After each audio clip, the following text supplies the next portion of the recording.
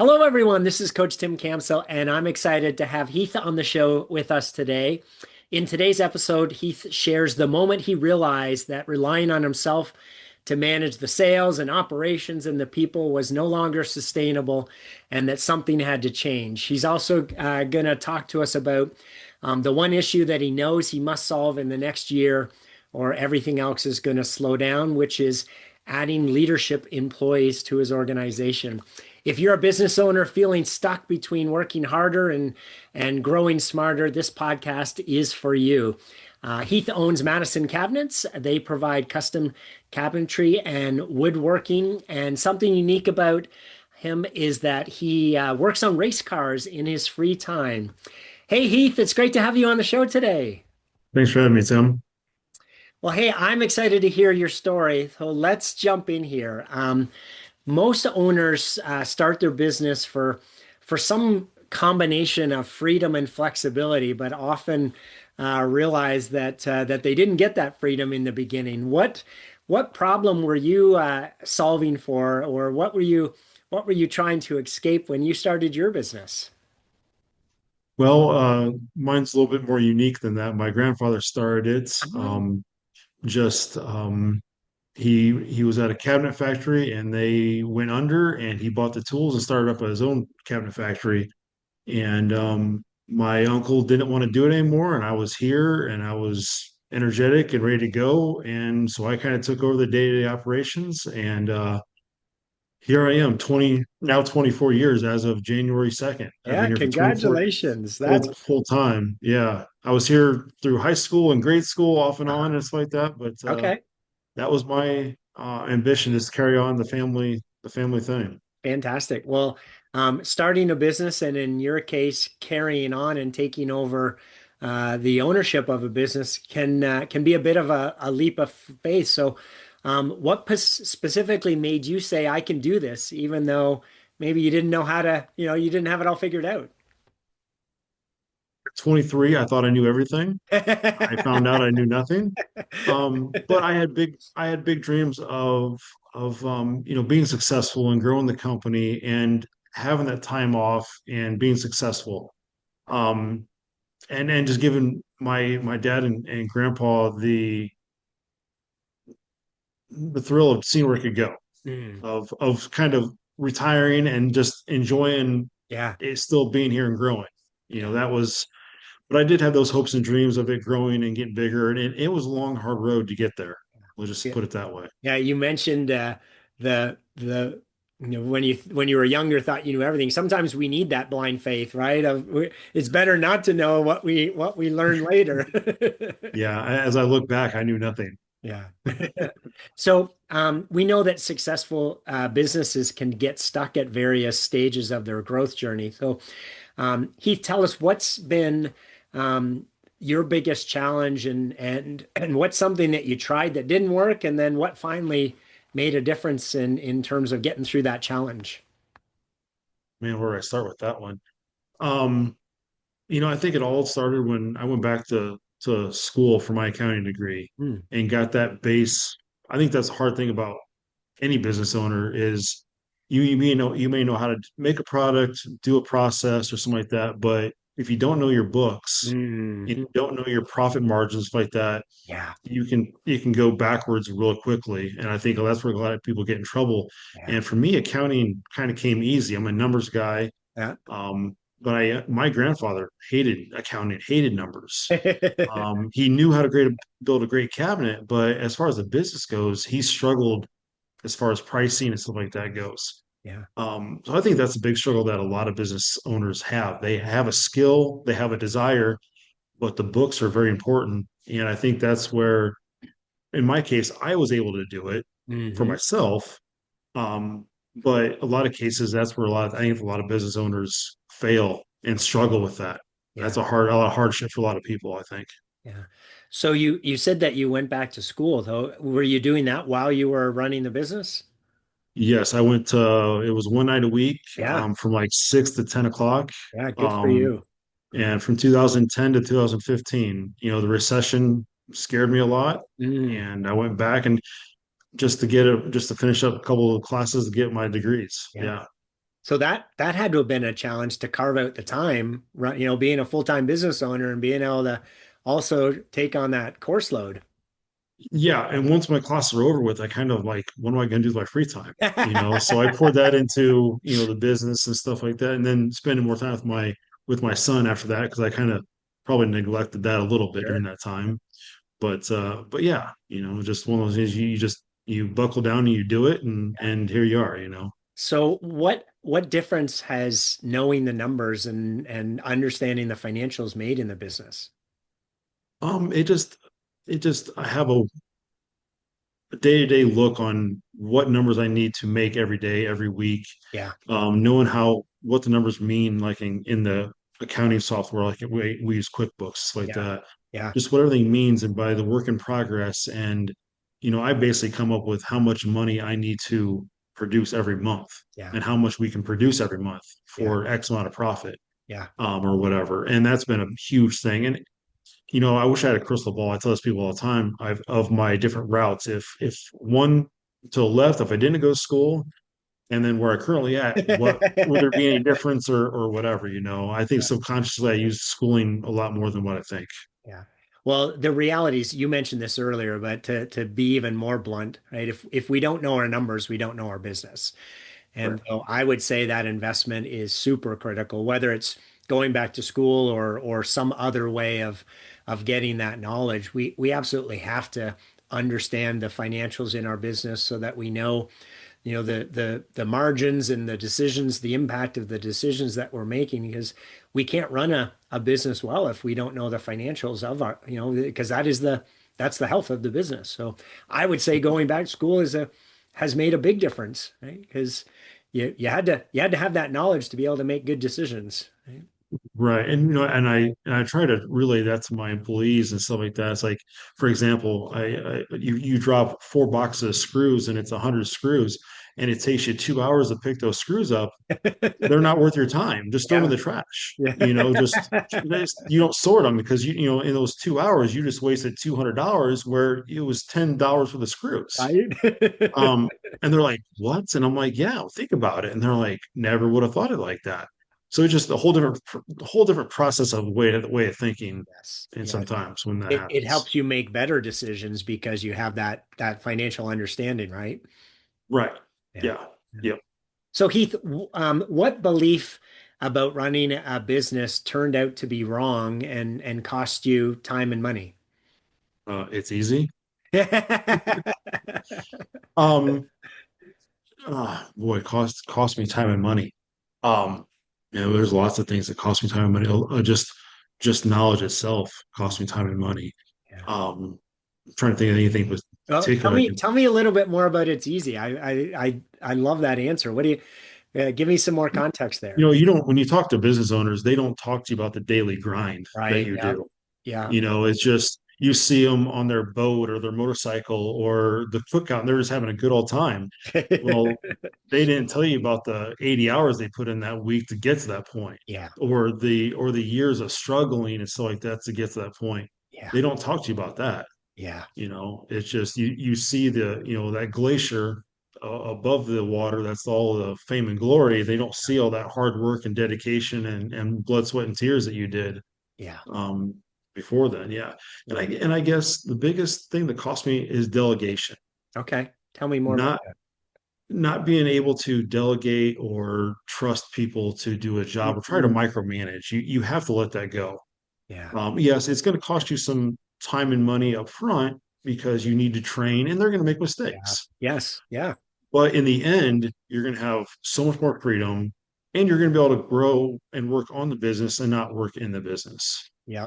Yeah. I think that's one of the, To build on that, that is the thing that holds businesses back. I think the stat is something like only 9% of businesses ever reach 1 million and less than 1% ever reach five. And it's because the owner becomes the bottleneck, right? And is yes. willing to let go and delegate and train and so then the business can only grow to the owner's capacity, right? Yeah. So it was 2015, 2016 when I finally decided to bring on a designer Hmm. to help me with my work. Okay. And then I found out, wait a minute. I can pay for that designer because I can take on more work because I'm not Yes. doing it all. Yes.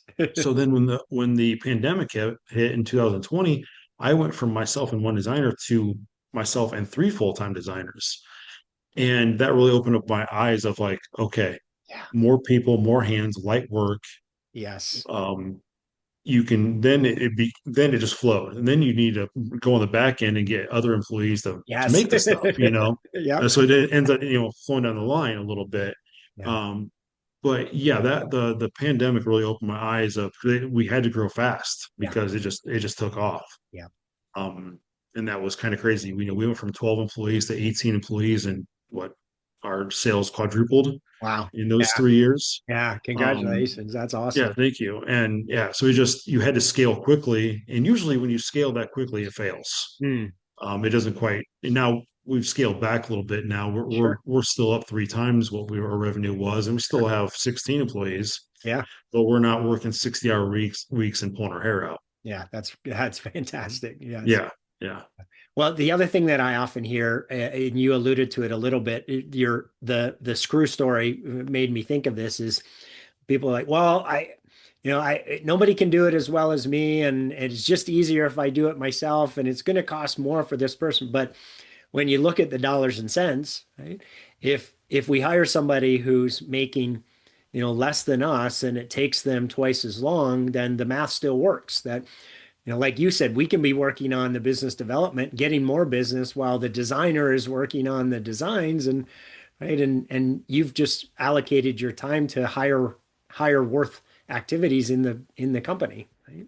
When that's the other thing I've been, reading a lot of books like that recently, and they basically saying stop doing the $20 an hour job, Yes, absolutely. you know.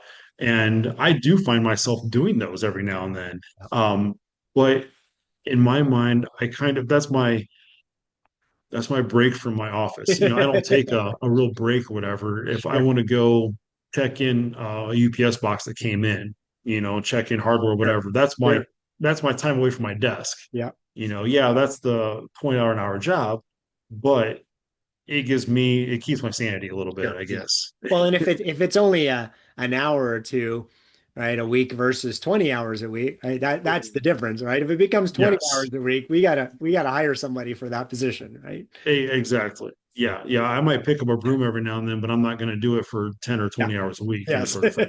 Yeah, Heath, yeah. success also has a lot to do with our mindset. So what's been your biggest mindset shift that you've had to work through? Oh, um, that's a that's a that's a tough one. Um, Trying to work with family Mm, is one that is difficult for me. Because obviously I worked with my dad and my grandpa. Now my brothers are here too, also. yeah. So that one work with family is not as easy as what they say it is. Actually, it's probably the hardest thing Yeah. that people do in a family bit or a small business. Yeah. Because I think you hold your family members to a higher standard than everyone else, and it's easier to yell and get mad at each other. Yeah. Yeah. Um, It's but important that's to it's important to make sure that you're taking off the family hat and putting on the business hat, right? And treat yeah, them treat them the same way you would other employees and yeah, have conversations in the same way that you would with other business. Sometimes I hear it on the other side too of, well, they're my family member, so I'm going to let them off the hook a little bit more. I'm not going to hold them as accountable. Right? yeah. I probably don't do that. I probably do the exact opposite. And I have some place like, oh, he probably gets, he never yell at him. I said, no, I probably yell at him way more than I yell at anybody else. You just don't hear it, you Yeah, know. right. So that's one of the Yeah. challenges that I have. Yeah, working with family is an awesome thing because it's family, but Right. it requires more attention to making sure Yeah. that we're not crossing and blurring lines between the family relationship and the business relationship. And it's a lot harder to fire them. Right? Yes. Heath, as you think about the next year, what's the one thing that if you don't fix it, it's going to hold everything else back? Well, we touched on it a little bit earlier about just leadership personnel. Mhm. We are looking to purchase a building about four times the size of our current building. we're talking to other dealers in other cities, stuff like that, and growing that way. And again, I can't do it all. Yeah. So I have to start delegating to more to experienced people to for leadership, for their knowledge, Yeah. problem solving. They don't need to come from me for, Mm, every little thing that goes wrong or has a question on. yeah. Get people in the to empower people, let them give them the confidence to make that decision. Hmm. What is the best outcome here? What will the customer want? Not necessarily always what's the easiest for us or Sure. cheapest for us, Sure. but what is the best, if this is my cabinet or my piece of wood or whatever that's going in my house, what would I want? Hmm.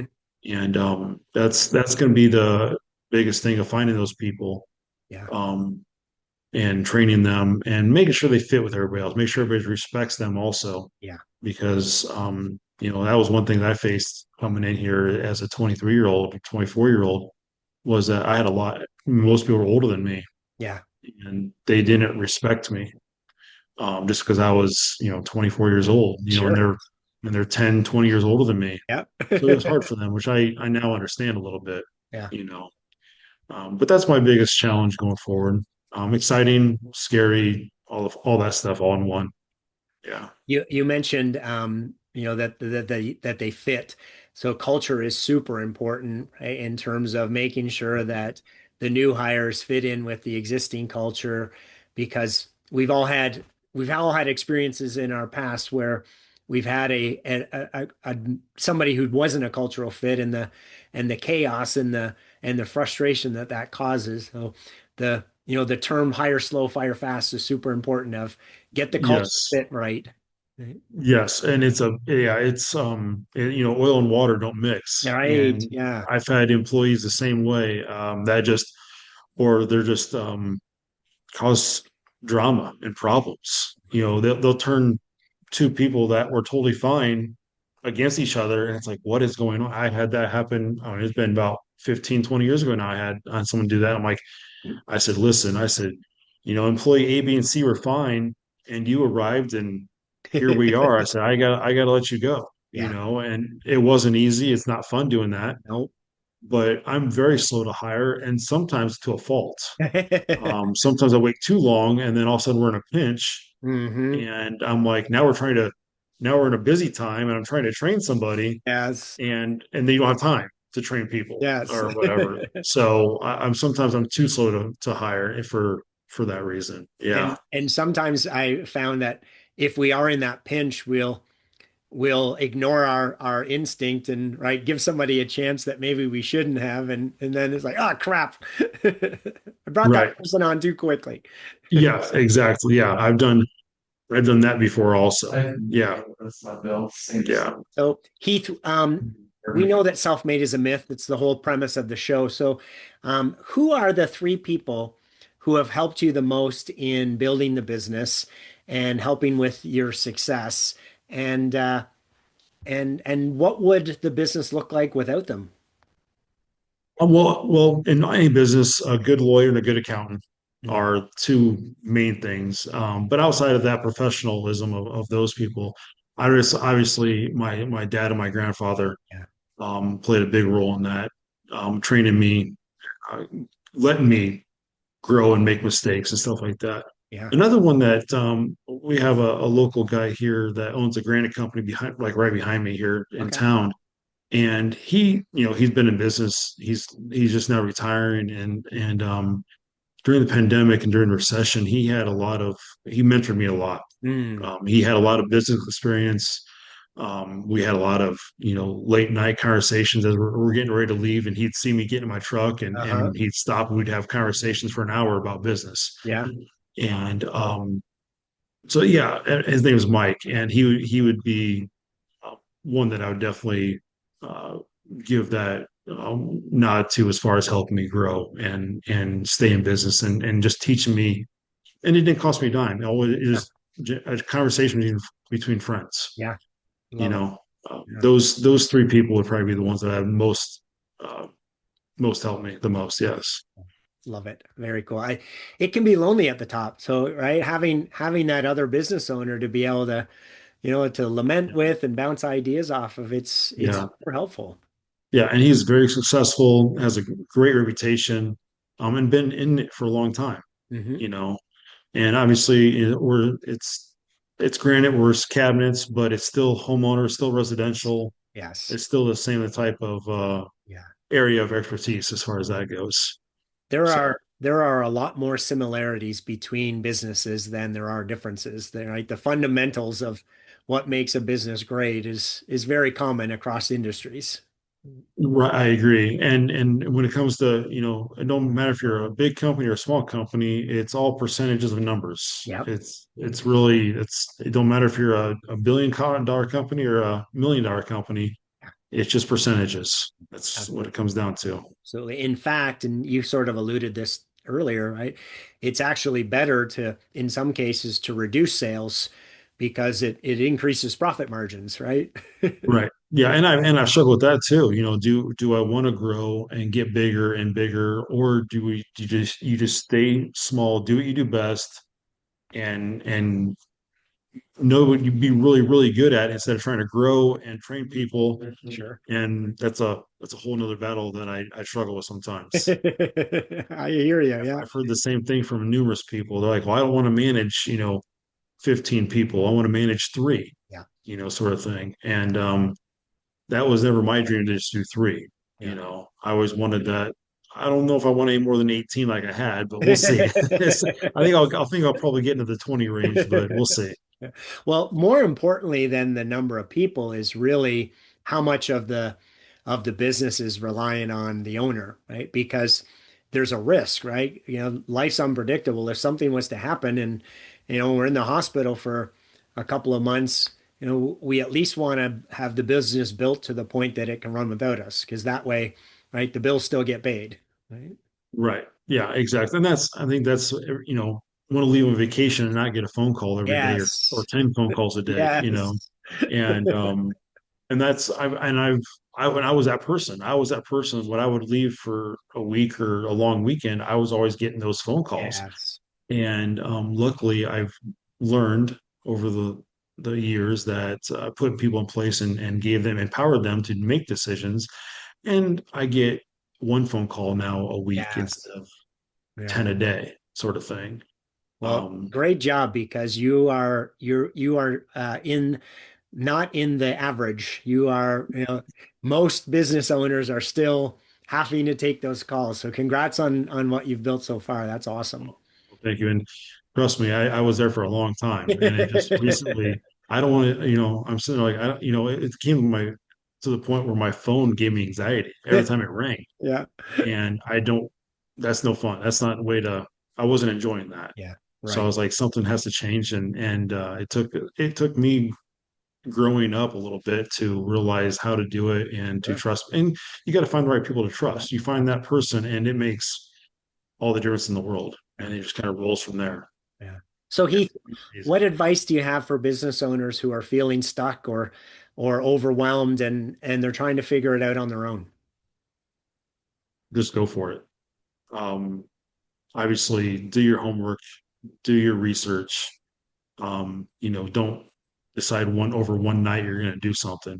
Every purchase I've ever made, machine wise, car wise, everything goes. I've always researched it, thought about it, Mm. slept on it. Um, but like we just purchased our first CNC back in July, and I dwelled on that thing for about 4 months. It was a big purchase. Yeah. Now I'm looking at, I'm like, why did I do this sooner? Mm. And a lot of people told me that. They're like, oh, you're gonna say, oh, I wish I'd done this sooner. Yeah. But it had to be my decision. Yeah. I had to be okay with it. Correct. Yes. If it's hiring that one person, if it don't work out in 3 months, you can go back to what you were, Yep. as far as hiring people. Yeah. But if it works out, you grow and you're on to the next step. You know, that's why I say just do your research, listen to people, and think about it, and just what makes sense for you, and just go for it because it'll make sense in the end. Yeah. That's cool. And in that, researching and figuring it out, do you leverage other people and to help you to make those decisions, or do you tend to do it all on your own? A little bit of both. Hmm. I do research on the internet, and I talk Yeah. to a lot of my salespeople, Uh-huh. like Yeah. the plywood guys and the hardwood. They see a lot of shops, and they know what a lot of shops have, what kind of machinery they have. I mean, when like Yeah. the machine I was purchasing, there's a wide range of machines. They range from, from 30,000 to 200,000. Hmm. Well, what do you want it to do? How fast you need it to run? How much work you putting out? Yeah. And I was in the middle of that. On the higher end of that, I guess, of what I needed. So I did some, like I said, I talked to a lot of salespeople. I Hmm. talked to never, I don't really have anybody in the business that I can talk to about that. There's a couple, like Facebook is a good resource for what I do. There's a lot of other cabinet shops out there that are on, Facebook, so like that. I talked to a few of them, Yeah. but not a terrible lot. It just took a lot of self convincing, I guess, Yeah. to make this purchase as far Yeah. as that goes. Yeah. And I guess another thing about that is try not to finance anything. Mm. If you can pay cash for it, even like say, let's say you want the $60,000 machine, but only afford the 40,000. Well, get the 40 and go from there, because Mm. obviously then you don't have to worry about repossession of things, and if you get slow or something like that, Sure. it's yours. You don't have to worry about that part of it, Yeah. which is always a nice, makes me sleep well at night when I don't have to worry about things like that. Yeah, for sure. Heath, it sounds like you've been blessed with some incredible people in your business owner journey. If they were all here today, what would you want to say to them? Just thank you for all the knowledge, experience. I mean, knowledge is priceless. You can't put a price on mentoring, even talking to salespeople, just a Hmm. little bit of things that, and you don't know until you know, Yeah. like machinery. There's some machinery out there that I didn't even know was even out there until you ask a question. Right. Yeah. You might think there's nothing out there, and sometimes Googling doesn't give you the right information on that stuff. Yeah. But ask the questions, talk to a sales guy. Um, Talk to your local shops, they or somebody else in the area that might be doing the same thing, or reach out to somebody across the state or across Yeah. the nation, Yeah. that you don't compete with, that might be willing to, give some information on that. It doesn't hurt to ask. Right. That's what I've always kind of done. But Yeah. yeah, I've had a lot of great people over the years that have mentored me, advised me, um, over the years, and forever grateful for those people. Awesome. Heath, it's been a pleasure speaking with you today. Thanks so much for being on the show. Thank you. Appreciate it. For everyone listening, if the topics we discussed today are things you're working through, you don't have to do it alone. We offer a 2-week training and coaching trial to get an outside perspective and guidance in your business. So check out the link in the description. And if this episode made you realize that you might be carrying more than you should alone, that awareness matters. So pay attention to that. In our next episode, we're going to talk with another owner who hit the same wall and chose a different path. So make sure to like us, comment, and subscribe to our show so you can hear our next guest. All right, everyone, have a fantastic day. Thanks for listening to the Self-Made is a Myth show. Please help spread this movement by liking and subscribing to our show and following us on Facebook and LinkedIn. To join our movement, go to bemadtogether.com. Okay, folks, that's a wrap. Please pay it forward and be sure to tune in next time to the Self-Made is a Myth podcast.